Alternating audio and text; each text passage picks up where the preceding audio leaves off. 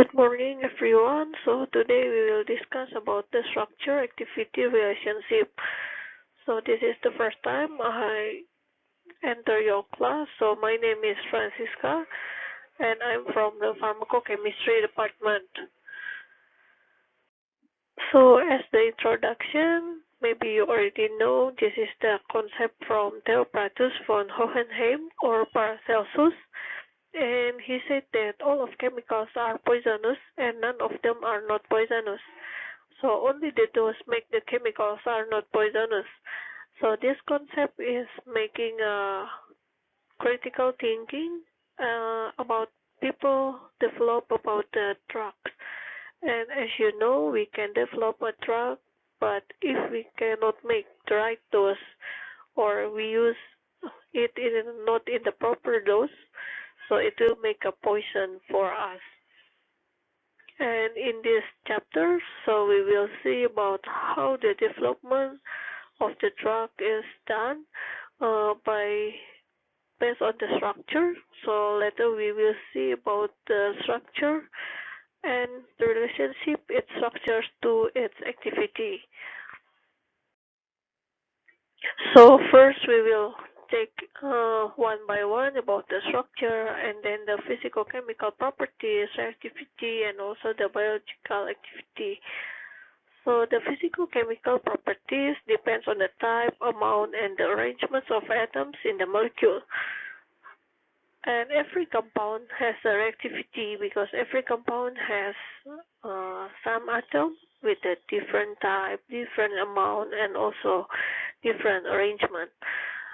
And its reactivity, it's the most important in the molecule because the reactivity make it possible to interact with the biological system.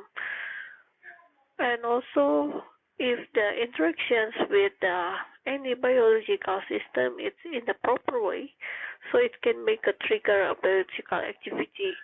So biological activity in here can be a good one, like a drug, so we can get a good pharmacological effect that we want, or it can be also a bad one, like a toxic or a poisonous. So this is the introduction or overview. So for example, in here we have a structure of the compound. So from the structure of the compound in here, we can determine the physical-chemical properties, and also each compound must have certain physical-chemical properties. And these physical-chemical properties can be analyzed by any analytical method.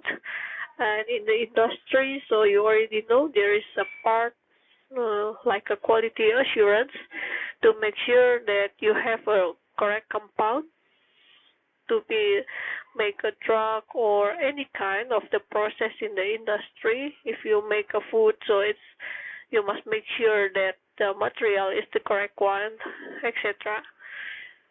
And beside that, the physical-chemical properties is also determine its reactivity of the compound. And in terms of the drug, so this reactivity is also the important one because this reactivity will determine the interactions between the ligand and the target. So ligand is referred to this compound. If you say like this is a drug, and the target is the receptor in our body, or it can be a cell or receptor or enzyme. So it depends on the types of the molecule, which type of drug that you want to make. And these interactions of the ligand and the target, it will make a biological activity. So of course, not all interactions of the ligand and target can produce the biological activity. So this is also another concept that you must make a proper interactions between the ligand and the target. And as I said before, for the biological activity, it can be a good effect, like a drug, or it can be a toxic one. So this is the illustration about how people can know which part of the structure is important into the biological activity. So as you can see in the picture, here is a forest, and inside the forest there is a monster, and we must kill the monster, but we must know which weapon is effective to kill the monster and how to know it. So this is the process. This is the same process with if we want to identify which part of the structure is responsible to the biological activity. So first we can use any kind of weapon. For example, we use a long sword, and then the knight will enter the forest and try to fight to kill the monster. And next we can just analyze if we can win or kill the monster using that long sword.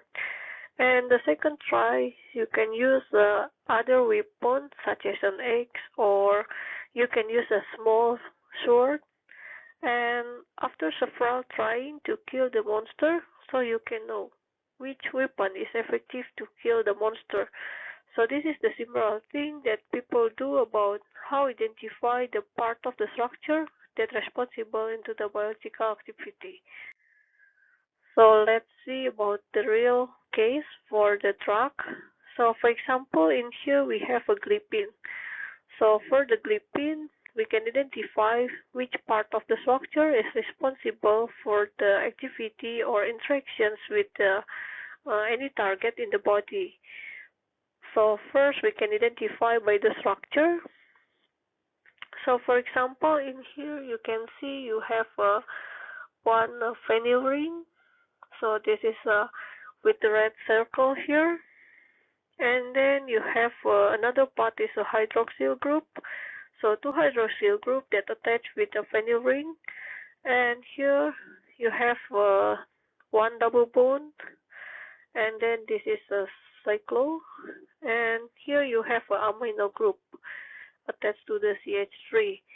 And with this identification, so you can guess what kind of chemical bonding that possible between this glipin into the target in the body. So for example, in the amino group in here, so this is a potential ionic binding site. So if you remember, so amino group has basic properties. So if this glipin is enter into the acid environment, so for example, if it's pass like in the stomach, so it's in the acidic condition, so this amino group will make it N plus, so it will be the ionized, and this is make this glipin is potential to have interactions with any other negative charge in the receptor. So this is said why this amino group, this is a potential ionic binding site. And the other one, so for the red circle here, so this is a potential van der Waals binding site.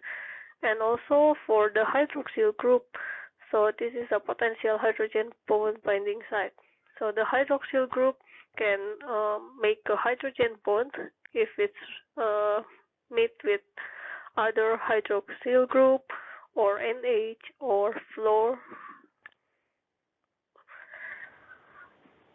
So after we identify the part of the structure, so we can use this part to modify the glipin structure.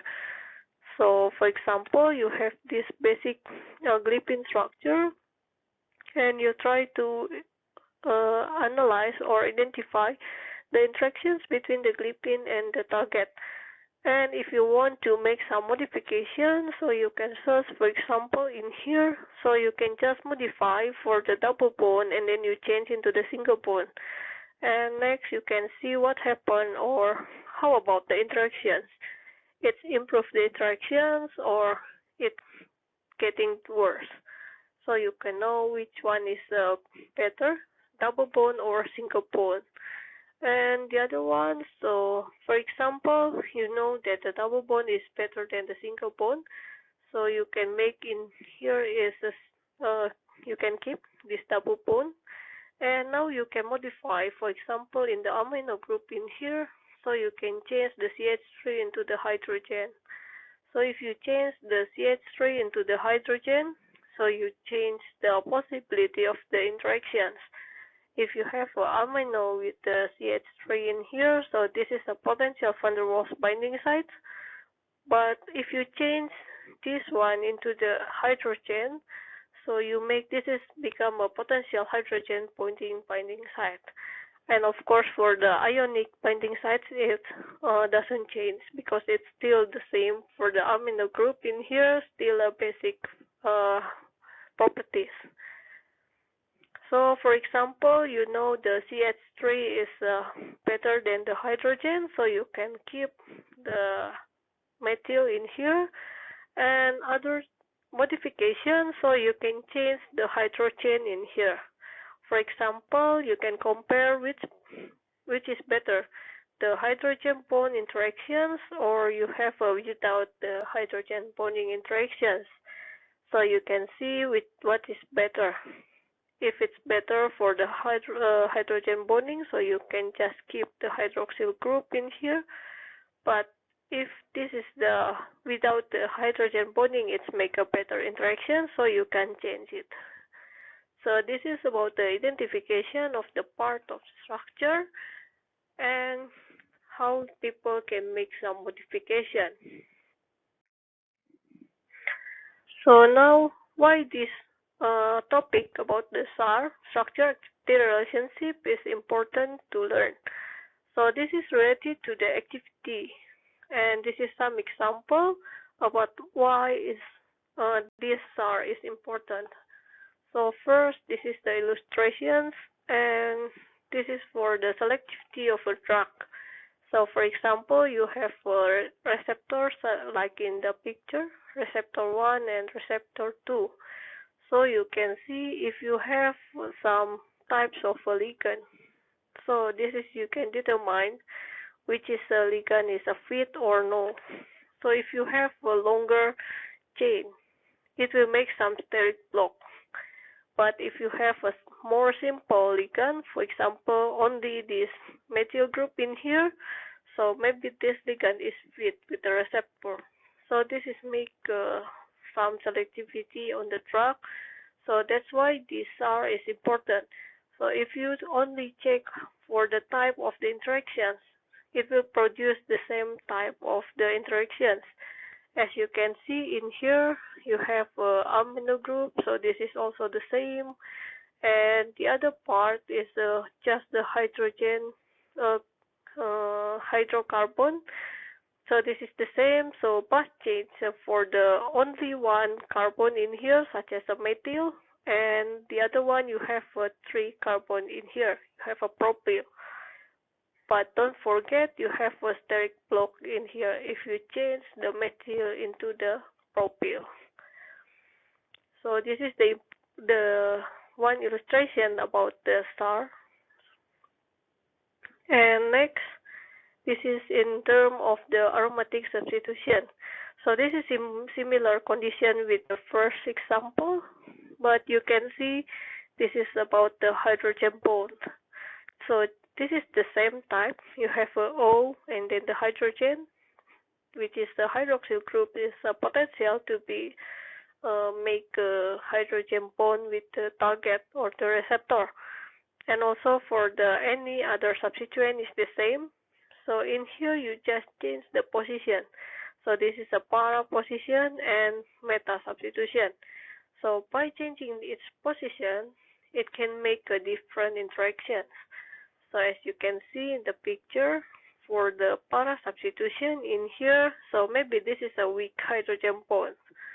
But if you change into the meta substitution, so maybe this is the proper bond length. So this is the good bond length, and it can increase the activity, so it will make a strong hydrogen bond. So this is important only for the position. So in the first example, you see this is you change the number of the carbon, but the second one, you have the same number of the carbon or any atoms, just make it into the different positions. So the position is also important. And next, this is about the structure. You have length, the length of the carbon, something like this. You have a long chain, or you make it into the branching of the alkyl chain. So this is can make a different activity or interactions with the receptor. And this is another example with the chain extension. So for example, you have a binding site in here, and as you can see for the A and B, if you have only one uh, extension in here, so maybe this is a very weak interactions because the B and the binding site may be too far, so the bond length or the interactions between the B and the binding site it's not in the proper way. But if you add some extensions, for example, in here you make a longer chain for the to connect the A and B in here, so you can make the B and this binding site into the proper distance. So you can make a stronger interaction. So maybe the biological activity in the second illustrations give a better one or a stronger one. And this is another example for the extension. And this is happen into the morphine. So for the morphine, if you take the picture in here, so this is the receptor. So as you can see, this is the four binding sites for the morphine, but morphine only can connect with three of it. And if you add some extra binding group, so you modify the structure of the morphine, so it can increase the interaction. So you can make interactions between the morphine and also the receptor into the four of the binding site. So this is just the illustration. So you have this is the base structure for the morphine, but if you have only the base structure, you have this kind of interactions. So only three or four. But if you add some extra binding groups, so for example, you attach with the longer chain of the carbon and then you attach with the one vinyl ring, so this vinyl ring can interact with the fourth binding site. So this is also the illustration about the modifications of the structure. And this is the ring of expansion. So this is similar, but you add some carbon into the ring structure. So in here you have a 6 carbon in the cyclic one, and here you add some more.